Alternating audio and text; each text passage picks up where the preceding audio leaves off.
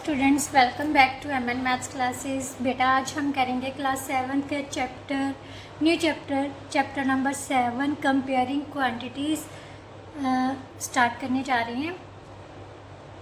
बेटा chapter start करने से पहले हम इस चैप्टर के बारे में कुछ पढ़ेंगे, मीन्स इसकी इंट्रोडक्शन करेंगे। कंपेयरिंग क्वांटिटीज़ कौन कौन से मेथड अप्लाई होते हैं, ये सारा इस वीडियो में बताया जाएगा। चलिए अब स्टार्ट करते हैं बेटा।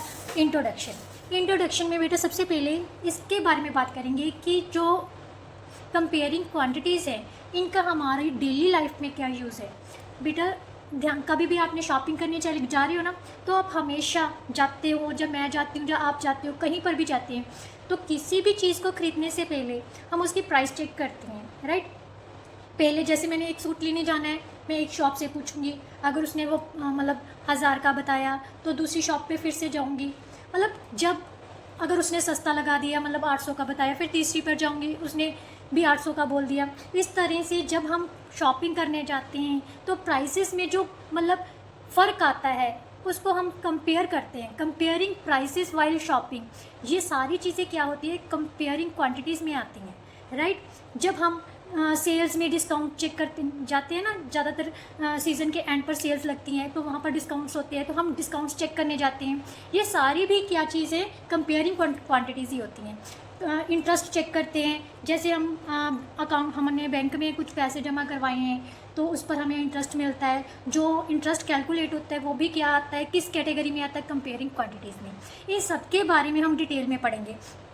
अब आता है बेटा कंपेयरिंग क्वांटिटी मतलब को मापने का, मतलब एक्सप्लोर करने का कई मेथड्स है, जैसे रेशोज़, परसेंटेज एंड इवन के प्रॉफिट और लॉस को पता करने के लिए, मतलब कंपेयर क्वांटिटीज़ को एक्सप्लोर करने के लिए प्रॉफिट एंड लॉस भी कैलकुलेट किया जाता है, ठीक है।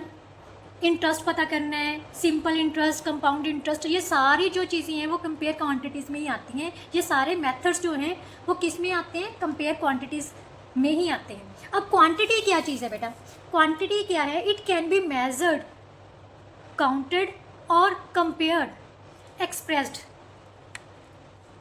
क्या है, it can be measured, quantity को क्या किया जा सकता है, मेजर किया जा सकता है, काउंट किया जा सकता है और कंपेयर किया जा सकता है, राइट। फॉर एग्जाम्पल बेटा क्या दिया हुआ है, जैसे लेंथ, किसी चीज़ की लेंथ होगी, वेट हो गया, टाइम हो गया, वॉल्यूम हो गया, मैनी मोर ऐसी चीज़ें हैं जिसको हम माप सकते हैं, काउंट कर सकते हैं और कंपेयर कर सकते हैं, राइट। जैसे फॉर एग्जांपल हम ले लेते हैं लेंथ ऑफ पेंसिल है, तो उसको हम कैसे मेज़र करेंगे, सेंटीमीटर्स और मीटर्स में ही मेज़र करेंगे ना। क्या करेंगे, सेंटीमीटर और इंचज़ में, सेंटीमीटर और इंचज़ में मेज़र करेंगे। तो ये क्या होगी, हमारी क्वांटिटीज़ की यूनिट्स होगी। और जो लेंथ ऑफ पेंसिल है इसको हम मेज़र कर सकते हैं ना, किस में मेज़र कर सकते हैं, सेंटीमीटर और इंचज़ में। तो ये क्या होगी बेटा, क्वांटिटी, राइट। और दूसरा क्या है, number of apples in a basket में एप्पल्स हैं उसको काउंट करना, ये भी क्या है, एक चीज़ क्वांटिटी है। मीन्स बास्केट में एप्पल्स की क्वांटिटी पता करने के लिए हम उसको काउंट करेंगे, राइट। तो ये क्या हो गया, क्वांटिटी, राइट। इसी तरह से अगर आपके वॉलेट में हमने पैसे पता करने हैं, कितने पैसे हैं, तो वो भी क्या है, एक क्वांटिटी है। The amount of money in your wallet is a quantity, right. अब बात आती है बेटा कंपेयरिंग क्वांटिटीज़। कंपेयरिंग क्वांटिटीज़ क्या है बेटा, ये क्या इन्वॉल्व करती है, इट इन्वॉल्व्स इवेल्युएटिंग 2 और more quantities to understand the relationship between them. ये किसके, इसमें क्या इन्वॉल्व होता है, दो से ज़्यादा क्वांटिटीज़ को बीच का रिलेशन को अंडरस्टैंड, समझने के लिए जो चीज़ें होती हैं उनको हम कंपेयरिंग क्वांटिटीज़ बोलते हैं, राइट। कंपेयरिंग क्वांटिटीज़ में क्या हो गया बेटा, दो से चीज़ों के बीच का रिलेशन पता किया जाता है। और इनको पता करने के लिए डिफरेंट टाइप्स ऑफ मेथड्स भी होते हैं, जैसे रेशोज़ होगी, फ्रैक्शंस हो गए, राइट। उसके बाद परसेंटेज होगी, प्रॉफिट लॉस हो गया, दो चीज़ों के बीच का डिफरेंस हो गया। ये सारा चीज़ें क्या आती हैं, कंपेयरिंग क्वांटिटीज़ में ही आती हैं। सबसे पहले हम रेशोज़ की बात करते हैं। रेशोज़ क्या है बेटा, रेशो क्या है, comparing 2 quantities by division to find how many times one quantity is compare to another. Means क्या है बेटा, इसमें 2 क्वांटिटीज़ को कंपेयर किया जाता है, कैसे किया जाता है, बाय डिवीज़न। क्या पता करने के लिए भी एक क्वांटिटी दूसरे के कितने टाइम्स कंपेयर की जा सकती है। जैसे एक एग्जांपल के साथ समझते हैं इसे। रेशो क्या चीज़ है, मान लीजिए if there are 4 apples and 2 oranges हैं, तो उसने पूछा 4 एप्पल्स बाय 2 ऑरेंजेस, इनकी रेशो क्या होगी। इनमें कंपेयर किया गया है भी एप्पल्स की मात्रा जो है वो ऑरेंजेस से कितनी ज़्यादा है या कितने टाइम्स है। तो इसके लिए पता करने के लिए हम इसकी रेशो पता करते हैं। ये हो गया 4:2। रेशो को बेटा हम डिवीज़न में लिखते हैं 4/2, तो इसको काट दिया तो कितना आ गया बेटा 2/1। इसका मतलब जो एप्पल्स और ऑरेंजेस की रेशो है किसी भी बास्केट में वो कितनी है बेटा 2:1। मीन्स जो एप्पल्स हैं वो ऑरेंजेस से डबल हैं। अगर ऑरेंज 1 है तो एप्पल की मात्रा कितनी होगी 2।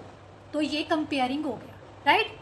अब एक एग्जांपल और लेते हैं बेटा, 4 किलोमीटर टू 5 मीटर। इसको हमने इसकी रेशो पता करनी है। ध्यान से समझना बेटा। सबसे पहले जो इनकी मेज़रमेंट की जो समझ लो कह सकते हैं, अगर ये किलोमीटर में है और ये मीटर में है तो दोनों को सेम यूनिट में चेंज करना होगा, राइट। किलोमीटर का मीटर से हम नहीं निकाल सकते। सबसे पहले जहाँ तो आप किलोमीटर को मीटर में चेंज कर लो, जहाँ मीटर को किलोमीटर में चेंज कर लो।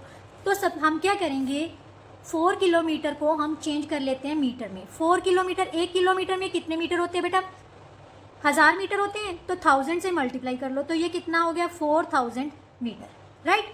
तो इसका मतलब हम इसको कैसे लिख सकते हैं, 4000 मीटर का की रेशो किसके साथ पता करनी है 5 मीटर के साथ, राइट। रेशो मीन्स क्या होता है बेटा डिवाइड, राइट। 4000/5 तो हमारे पास कितना आ गया 800/1। सो जो किलोमीटर की मीटर के साथ जो रेशो होगी कंपेयर करेंगे तो कितना आएगा 800/1, राइट। ये क्या होगी हमारी रेशो। ये क्या है कंपेयरिंग क्वांटिटी है। दो चीज़ों को हम कैसे, दो क्वांटिटीज़ को हम उनके बीच का रिलेशन कैसे पता कर सकते हैं बाय रेशो, राइट। अब नेक्स्ट जो आता है बेटा वो है फ्रैक्शन, जो हम already previous chapter fractions and decimal में भी बहुत डिटेल से पढ़ चुके हैं। क्या है फ्रैक्शन, क्या होती है बेटा, एक क्वांटिटी को एक्सप्रेस करना है कैसे, as a part of another. मान लीजिए कोई ये चपाती है, ठीक है, चपाती के किसी एक हिस्से को, मान लीजिए इसको 4 पार्ट्स में डिवाइड किया गया है। इस हिस्से को रिप्रेजेंट करने के लिए क्या करते होते हैं बेटा, फ्रैक्शन में रिप्रेजेंट करने के लिए क्या करेंगे, ये चपाती का कौन सा हिस्सा है, कितने पार्ट्स हैं टोटल 4 पार्ट्स है, बट हमने सिर्फ एक पार्ट की बात की है तो 1 कितना आ जाएगा 4। तो ये क्या हो गया बेटा, किसी भी क्वांटिटी के किसी भी उसके हिस्से को रिप्रेजेंट करने के लिए, ठीक है, expressing one quantity as a part of another. इस क्वांटिटी को इसके एज ए पार्ट एक्सप्रेस करने के लिए क्या यूज़ करती है फ्रैक्शंस।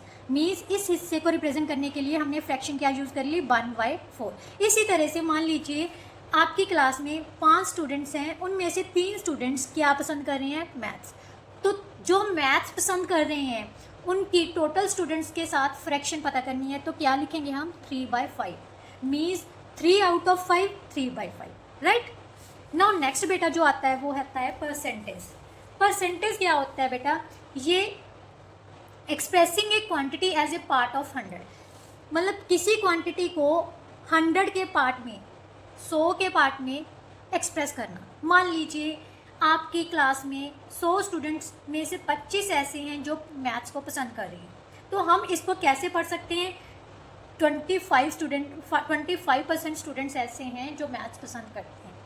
क्योंकि जो भी 25 क्या है, जो भी परसेंटेज है बेटा वो 100 के पीछे ही एक्सप्रेस की जाती है। 100 का पार्ट होता है, 100 का पार्ट होता है। तो अगर 100 स्टूडेंट्स में से 25 जो है मैथ्स पसंद कर रहे हैं तो उसको कैसे लिखेंगे, 25% स्टूडेंट्स ऐसे हैं जो मैथ्स को पसंद करेंगे। मान लीजिए अगर हमने इसको फ्रैक्शन में एक्सप्रेस करना है तो कैसे आएगा 25/100, राइट। 25/100 आ गया। तो ये क्या हो गया फ्रैक्शन। बट अगर इसको ही ऐसे ही परसेंटेज में लिखना है तो कैसे लिखेंगे 25%। अब देखिए परसेंटेज को रिप्रेजेंट कैसे किया जाता है, सिंबल कौन सा है, ये स्लैश लगा के आगे पीछे बिंदु लगाने, ये परसेंटेज का साइन है। इसका मतलब क्या होता है बेटा 100th आपने जो एक्सपेंडेड फॉर्म है उसमें किया होगा 100 place 100th place. 100th place क्या होता है, मीन्स 1/100, राइट। 1/100 होता है ना, 100th मीन्स, तो 1% का मीन्स क्या है, 1 आउट ऑफ 100, एक में मतलब 100 में से एक हिस्सा, एक 1/100, राइट। तो इसका मतलब 1% को कैसे रिप्रेजेंट कर सकते हैं, 1/100। इसी तरह से अगर 6% को रिप्रेजेंट करना है फ्रैक्शन में तो कैसे करेंगे, 6/100, राइट। अब इनको एक एग्जांपल से समझते हैं परसेंटेज को।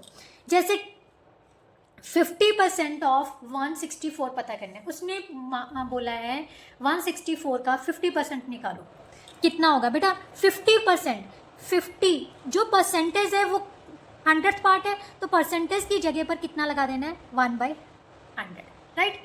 परसेंटेज की जगह पर कितना आ जाएगा, 1/100 इंटू 164। ऑफ मीन्स क्या होता है बेटा, मल्टीप्लाई, क्या होता है, मल्टीप्लाई, इंटू 164। अब इसको काट लो तो कितना आ गया, ये 2 पर काट दिया, ये इसको काटा तो कितना आ गया, 82। इसका मतलब 164 का जो 50% है वो कितना होगा, 82। वैसे भी 50% मीन्स आधा हिस्सा हो गया, आधा कितना होगा 164 का, 82, राइट। तो इसका मतलब ये सही है। अब अगर उसने कह दिया अभी किसी नंबर को परसेंटेज में एक्सप्रेस करना है, बेटा परसेंटेज किसके इक्वल है, परसेंटेज का मतलब है 1 आउट ऑफ 100, राइट, मीन्स 1/100। तो इसको एक्सप्रेस कैसे करना, इसके लिए हमारे पास ओवर में 100 होना चाहिए। तो क्या करना है बेटा, इसको 100 से मल्टीप्लाई कर देना है, 100 से डिवाइड कर देना है, राइट। तो हमारे पास ये क्या हो गया, इसको काट दो, कितना आ गया, 5 आ गया। ऊपर कितना बन गया बेटा, 40/100। 40/100 को क्या लिख सकते हैं हम, 40%, क्योंकि जैसे 25/100 25% था, उसी तरह से 40/100 कितना बन जाएगा, 40%। इस तरह से हम किसी भी नंबर को परसेंटेज में भी चेंज कर सकते हैं, राइट। उसके बाद आता है बेटा कंपेयरिंग क्वांटिटीज़ में डिफरेंस।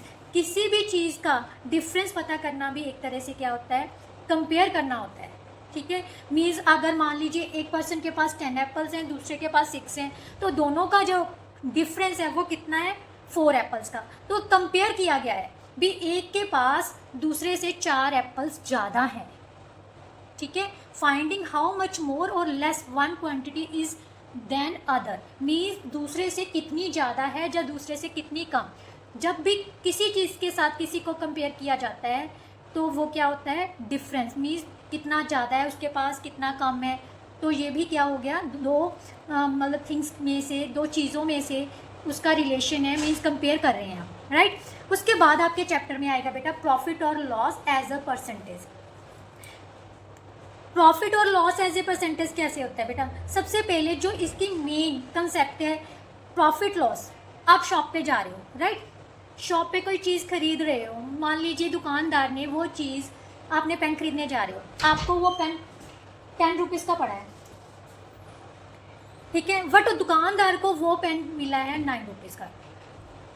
दुकानदार को के लिए कॉस्ट प्राइस उस पेन की कितनी है, 9 रुपीज़, बट उसने बेचा कितने का, 10 रुपीज़ का। तो उसको क्या होगा, 1 रुपया उसको फ़ायदा हो गया ना। ये जो फ़ायदा है उसे हम बोलते हैं प्रॉफिट, राइट।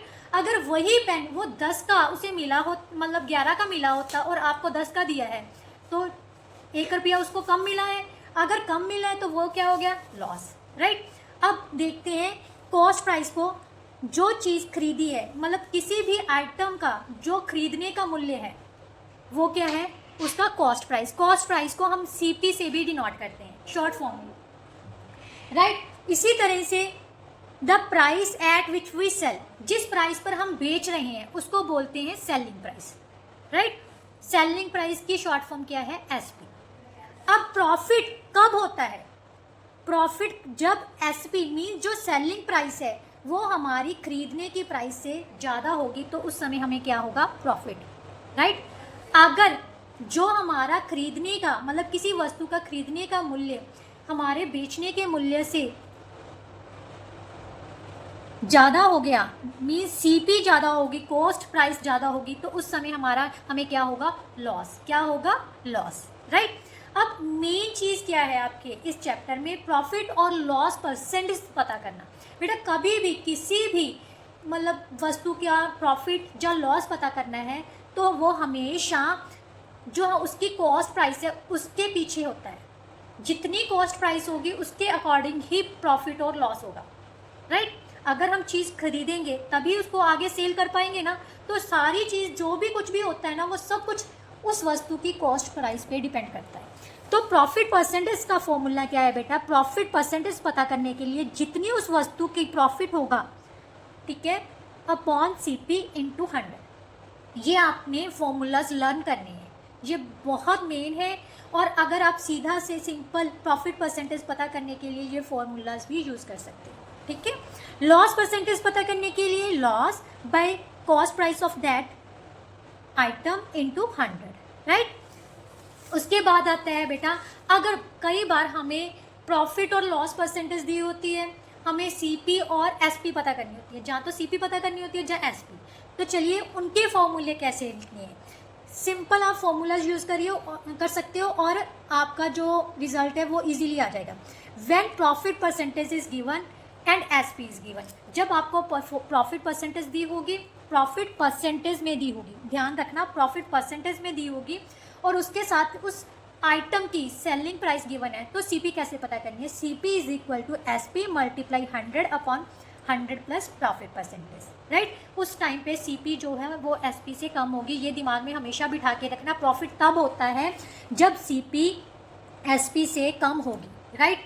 ये कंडीशन है बेटा हमेशा। और लॉस कब होता है? जब CP SP से बड़ी होगी, जब कॉस्ट प्राइस मतलब जो खरीदने की प्राइस है उस आइटम की, वो उसके बेचने से बहुत ज़्यादा होती है, तब लॉस होता है, राइट। अब अगर SP पता करनी है, SP पता करने के लिए when profit percentage and CP given होगी आपको, तो SP का फॉर्मूला क्या है बेटा? प्रॉफिट परसेंटेज है तो ऑब्वियसली SP जो आएगी हमारी वो CP से ज़्यादा आएगी। SP क्या होगी? वो CP से ज़्यादा होगी इस कंडीशन में, राइट। और लॉस कब होता है? जब SP क्या होती है? CP से कम होती है। मीन्स जो सेलिंग प्राइस है वो हमारी खरीदने की प्राइस से कम होगी, राइट। तो इसका मतलब ये जो फॉर्मूलाज हैं, अगर हमने SP, CP, प्रॉफिट परसेंटेज और लॉस परसेंटेज पता करनी है तो ये फॉर्मूलाज अप्लाई करिए तो आप इजीली क्वेश्चंस को सॉल्व कर सकते हैं। इसके साथ बेटा जो हमारी इंट्रोडक्शन वीडियो वो कंप्लीट होती है। आई होप सो आपको समझ आ गई होगी। अगर फिर भी कुछ रह जाता है, कुछ मतलब कोई भी स्टक ऐसा है जो आपको नहीं समझ आया अभी क्या चीज़ है, तो आप कमेंट बॉक्स में कमेंट कीजिए। मैं नेक्स्ट वीडियो में कोशिश करूँगी, शॉर्ट वीडियो बनाऊँगी उस टॉपिक पर, फिर से आपको समझाने की कोशिश करूँगी। तो प्लीज़ मेरी वीडियो को लाइक, शेयर एंड कमेंट कीजिए ज़्यादा से ज़्यादा, ताकि मेरे को पता चल सके कि आपको ये जो टॉपिक है वो अच्छे से समझ आ गया है। Thank you so much.